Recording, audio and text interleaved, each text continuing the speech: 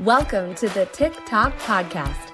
The clock is always ticking, so let's synchronize our watches and dive in. I'm your host, Callie Brigham, and I'm here to help you make time for what matters.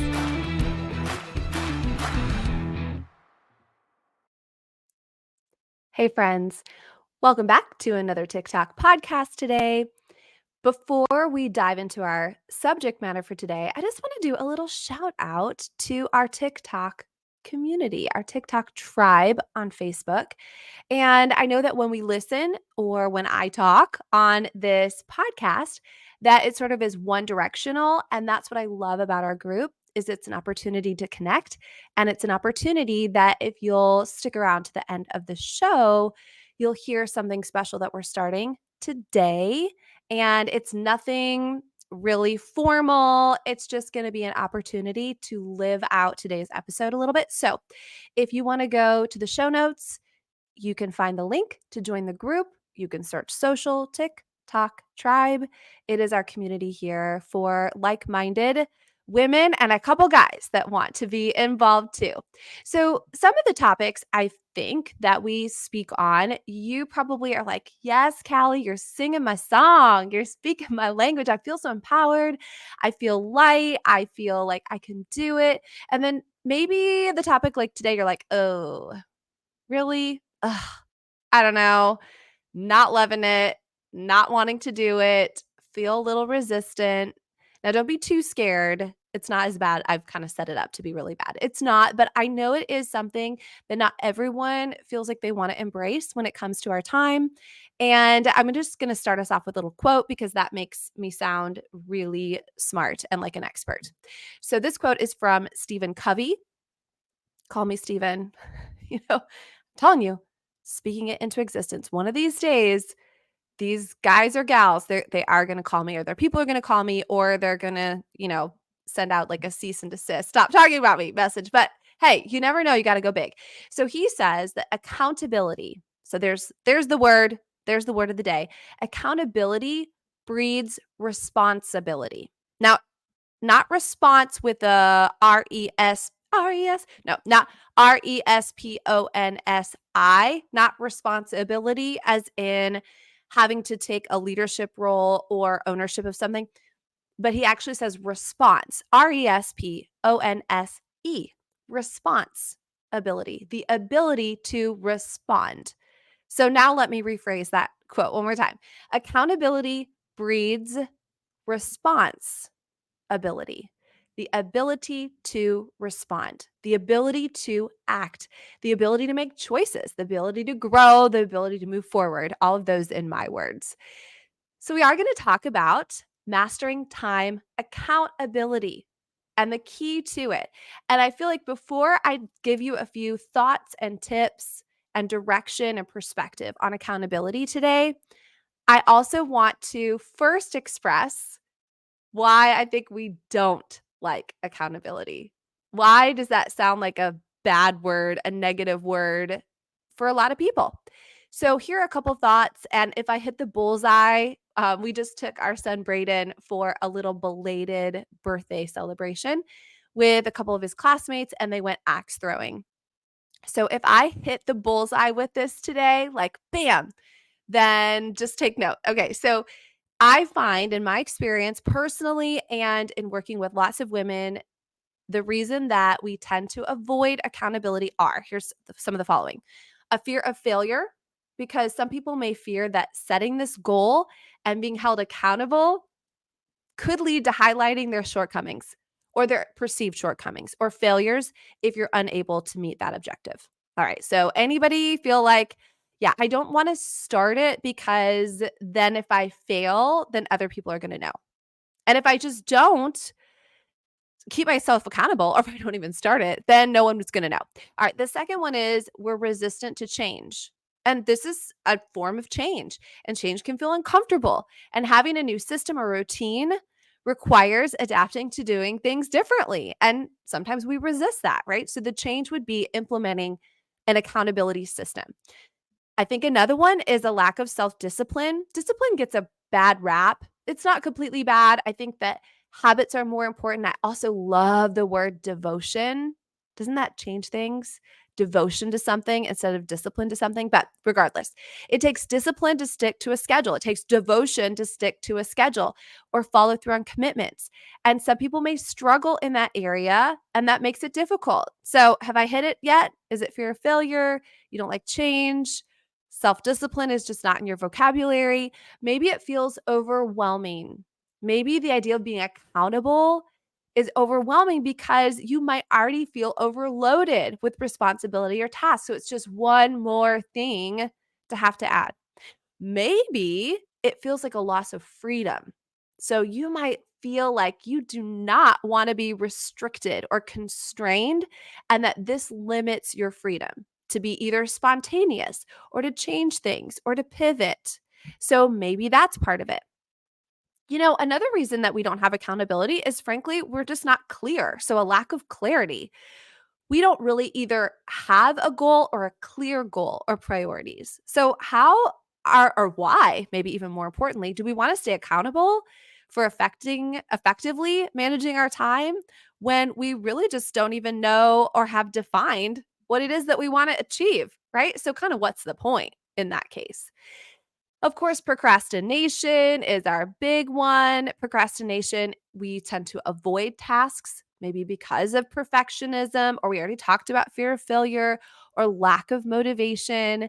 And so when we are leaning towards procrastinating, then we definitely are going to be resistant to having someone to be accountable to because then it forces us.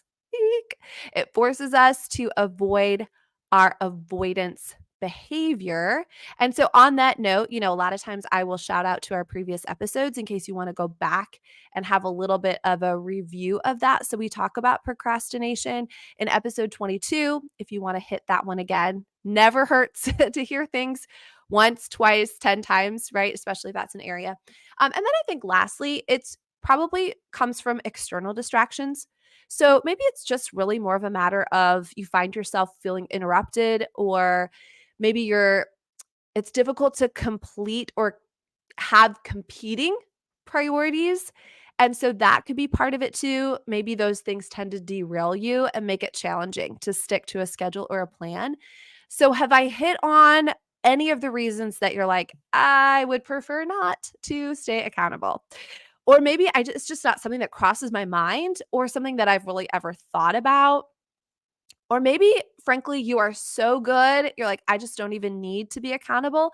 And I will tell you that I'm wired that I really do tend to want to, not always do, but want to follow through. So in some ways, I might also even think like, I'm good. I think I should add that one to the list. Why don't we say like, I'm good. I'm gonna get it done. I'm good.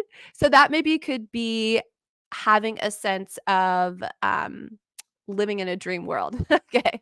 So I want to share a couple different ways that we can choose to be accountable. And the first one is we can actually be accountable to ourselves. So this is not yet taking it to the next level where we're accountable to somebody else. That's coming.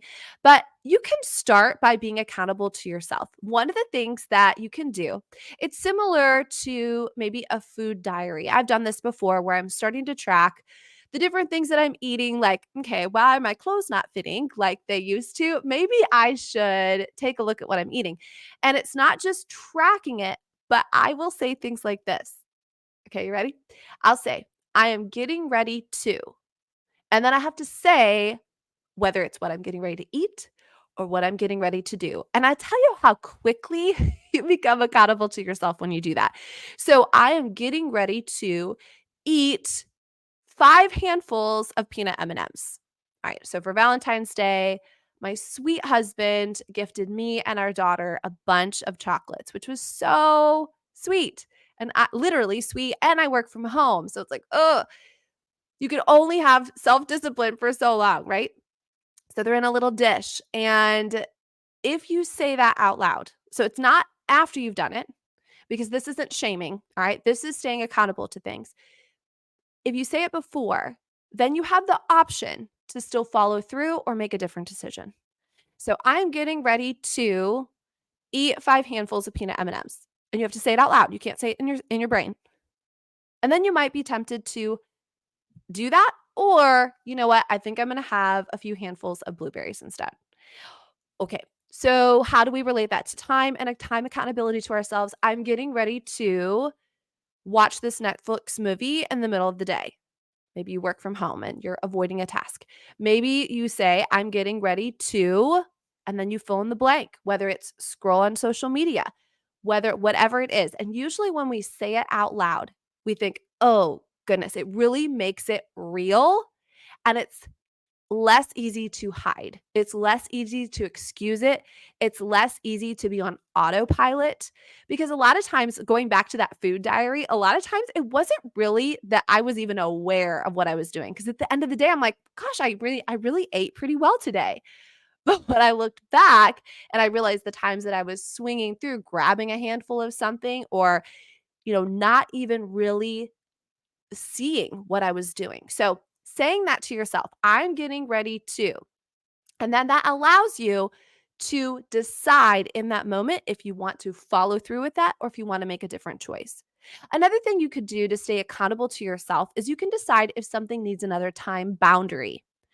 So you can back it up to something or have something right before that so that you have no choice but to stay on track. So, for example, before I had kids, when my husband and I both worked from home and we both tended to prefer to be up later at night than get up earlier in the morning, I actually would need to schedule appointments where I needed to be up and out by a certain time in the morning so that I would stay accountable to myself to get myself up and out. So I wasn't in my PJs all day.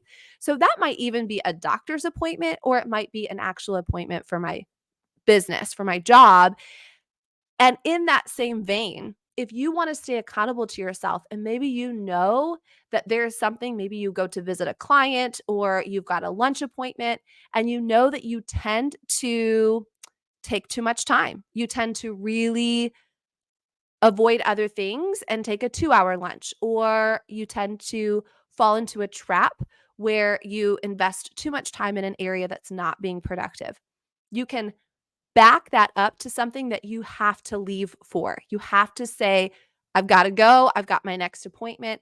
So you can hold yourself accountable in some of those things. The last thing I want to say about this is decide if you like pleasure or if you like to avoid pain.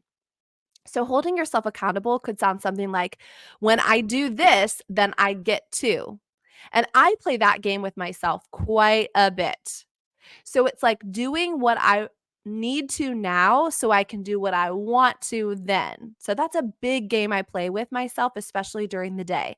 When I do this, then I get to sit on my porch in the sun and read my Kindle. Then I get to go for an extra walk with my dog. Then I get to watch the show with my husband at night. Then I get to. So I like to typically work from the pleasure side of things.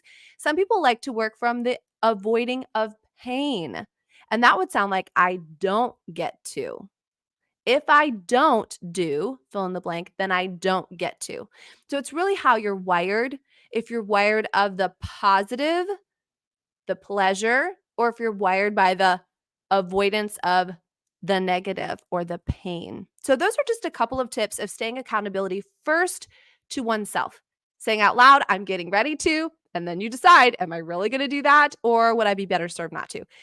Also having other time boundaries that are set in stone so that you have to stay on track. And then, of course, deciding how you're wired. Do you like pleasure or would you prefer to avoid pain? All right, the second way that we can stay accountable is accountability to others. Now, again, I'm going to sound really fancy and like an expert. I did a little research. So, according to, because I got to source my sources, according to the American Society of Training and Development, people are 65% more likely to meet a goal after committing to another person. So, just in general, this isn't even following through. 65% more likely to meet a goal after committing to another person. Like, hey, girl, this is what I'm going to do. They're 65% more. Additionally, they found that individuals have a 95% chance. Like, what? That's almost a 100. I mean, that is almost a 100% chance of achieving a goal. So, what is it, the goal that you have in your life right now? Maybe it's in your health. Maybe it's in your business. Maybe it's relational. 95% chance of achieving that goal when they have a specific accountability appointment with a person they've committed to. So setting up the accountability, 65%. Actually having an appointment, an appointed time, a check-in, 95% chance. I mean, have I just blown your mind? Have I won you over? Have I won you over to the accountability side? I think of a few ways that I have done this. I think it goes without saying, if you've listened to a couple of my episodes, especially at the beginning, packing is not my thing. And I tend to travel a lot, thanks God, but packing is not my thing. And I have this friend, Julie, and I don't know how it got started, but I hold myself accountable to her when it's time to pack. I will literally send her a photo of like my blank bathroom or bedroom floor with nothing done. And I'm like, okay, here's my check in. I'm going to check back in an hour and show you how much I packed. Julie, she loves me, but she could probably care less. But I'm 65% more likely to reach that goal because I've committed to her. Now, if she says, great, I'm going to check back with you in an hour, I'm more like 95% sure that I'm going to get it done. So I hold myself accountable to Julie, and then I usually do give myself a reward. Another one is with my team, we actually have a standing appointment. Every single Friday, we have a standing hour in which we spend time together for 1 hour and we all work. So we actually mute our volume, mute our audio. We're not on video together. We don't do any kind of training. We call it a power hour. It is an hour where everybody that has things that they need to do in their business, we get on it and we're braver. We do the things that scare us because we stay accountable to ourselves. Accountable in my health. I work out at the Pit. It's across the street from my house at my neighbor's home in her garage. And it's the Pit. And I work out there with her and another girlfriend, and we message each other. We're all flexible to a degree in our businesses. So therefore we're like, okay, tomorrow it's usually around the same time, but this is the time we're going to meet. And I know that somebody's Jeep is going to be in the driveway. I know that the garage door is going to be going up so we can have some air coming through. I know we're getting ready to get after it when it comes to that because of that accountability. I'll tell you another interesting one that just happened a couple of weeks ago. These past few months have been full. They've been full. And I'm good with that. I mean, I don't want to be bored. And that's what I say to people. I am never bored. Being that they're so full and knowing that I do need some time boundaries to myself a little bit, and I just haven't really had that opportunity. A couple of weeks ago, I decided that I was going to put my phone on Do Not Disturb on Friday night, and I wasn't going to take it off of Do Not Disturb until Sunday church-ish time. Now, right before I went into that Sabbath time, I was wavering as if I wanted to tell my husband that I was going to do it or not. And here's why. Because I knew that if I told him that I was not going to work, I was not going to check anything, I was really just going to take this time and completely be unplugged. I knew that if I did that, and then I was tempted to say, you know what, though, I'm just going to sneak into my office just for 15 minutes because I do love it. I love to work and I love to get ahead so that my tomorrow is easier. But I knew in my gut and in my heart that I really had to take a breather. But see, if I told him, then he was going to hold me accountable. But if I didn't tell him, then he'd never know. And I could mostly do it. I could mostly relax. I could mostly take the day off. But I sucked it up and I said, Josh, here's what I'm going to do. I am not going to work. Hold me accountable. Hold me accountable, which really meant I'm being accountable to you. It's not his responsibility, but I'm being accountable to you.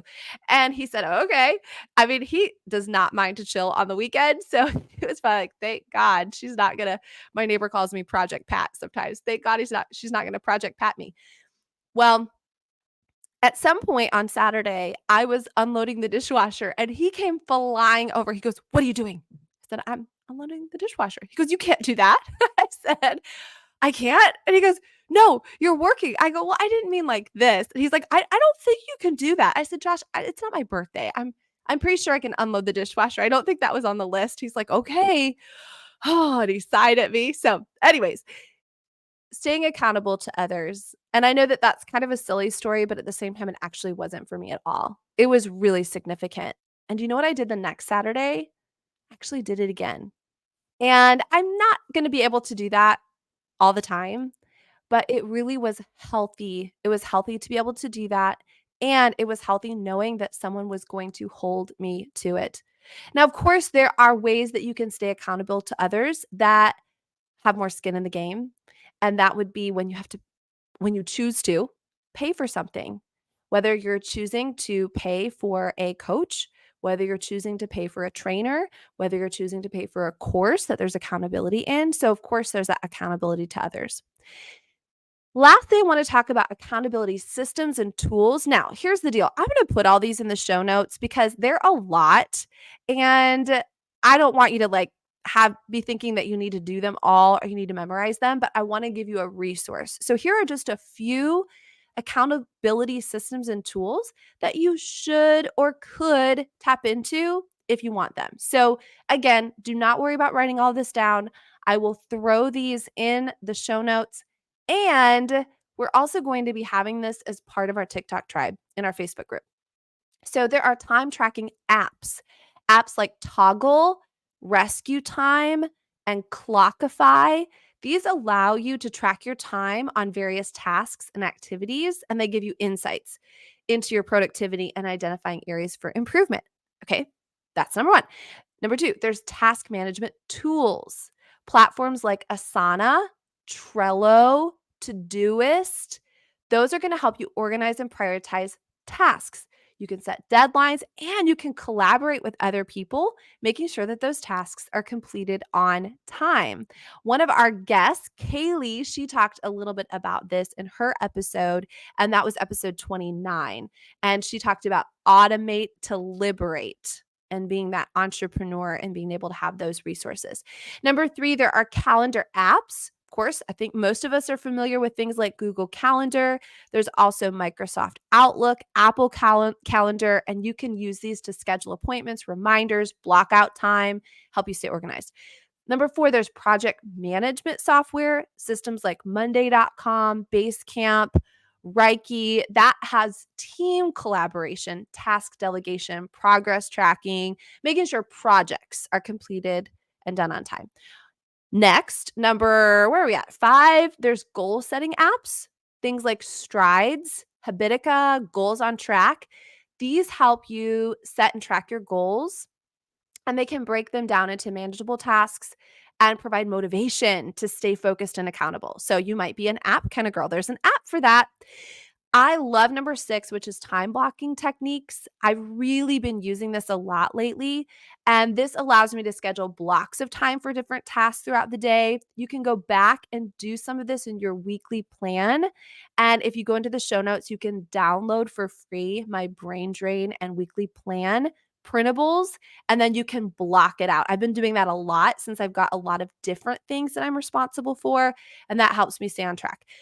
I also talked about the Pomodoro technique, and there are apps like Focus Booster, Tomato Timer, and this is the Pomodoro technique, which allows you, I believe I talked about this in the procrastination episode, where you work in short bursts of focus time, usually about 25 minutes, followed by a short break.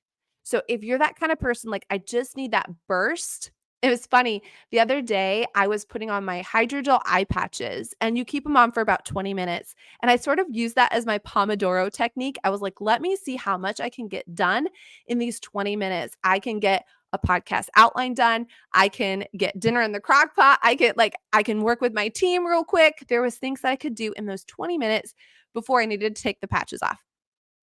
And of course, finishing this up, there are accountability partners and groups. And so you can connect with people. You can search for them on Facebook if there's something specific.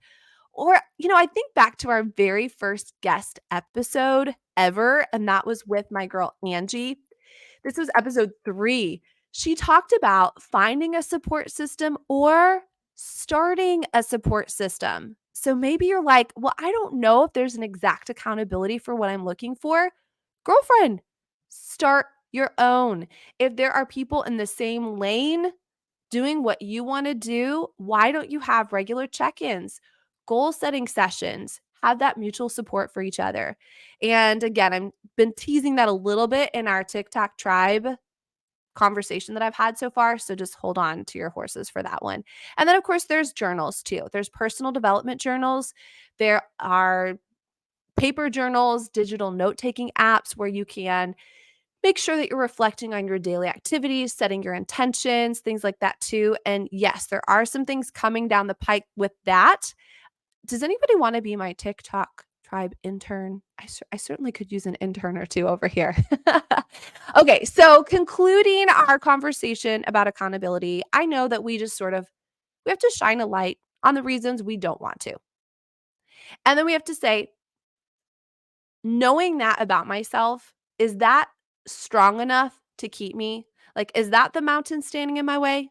Is that really going to be the thing that does not allow me time freedom, that does not allow me to have this piece in my schedule, that does not allow me to get to the end of the week and not feel exhausted, that does not allow me to dread Mondays, that does not allow me to never get the most important things done? I always have this to-do list. I've always got things hanging over my head. Or is enough enough? And I'm going to take the lead and I'm going to decide that accountability is now the glue that's going to tie my commitment to my results. So, what I wanted to share is this is going to be, again, nothing fancy whatsoever, but I am going to share in our TikTok tribe that if there's some accountability that you're wanting, we're going to be starting that. We're going to be starting some accountability to certain things so that you can just have a place to check in and say, boom, I did it. Or, you know what? I'm struggling, but I'm getting back on track. I'm going to hit the reset button for this accountability because I want to have it enough. Like, I want to have those things that accountability or lack thereof actually has been stealing from me. No more is it serving me to be an island of myself. No more am I going to say that this is going to hold me back because I don't have somebody who cares about the results like I do. We're leaving that behind. We're moving forward, and we're moving forward with focus and with accountability. So make sure that you are in our TikTok tribe, our community. Again, show notes have everything that you need, especially all those tools that I was talking about. And those were just a few examples. And they may not even be the most accurate either. So if you've got other tools, send them my way. I would love to hear. All right, let's join forces together. Better together, friends. God bless you. Thank you for joining me on the TikTok podcast. Please subscribe, rate, and leave a 5-star review. Your feedback fuels our mission to help you master your time. Set your alarm for our next episode, and until then, make every moment count.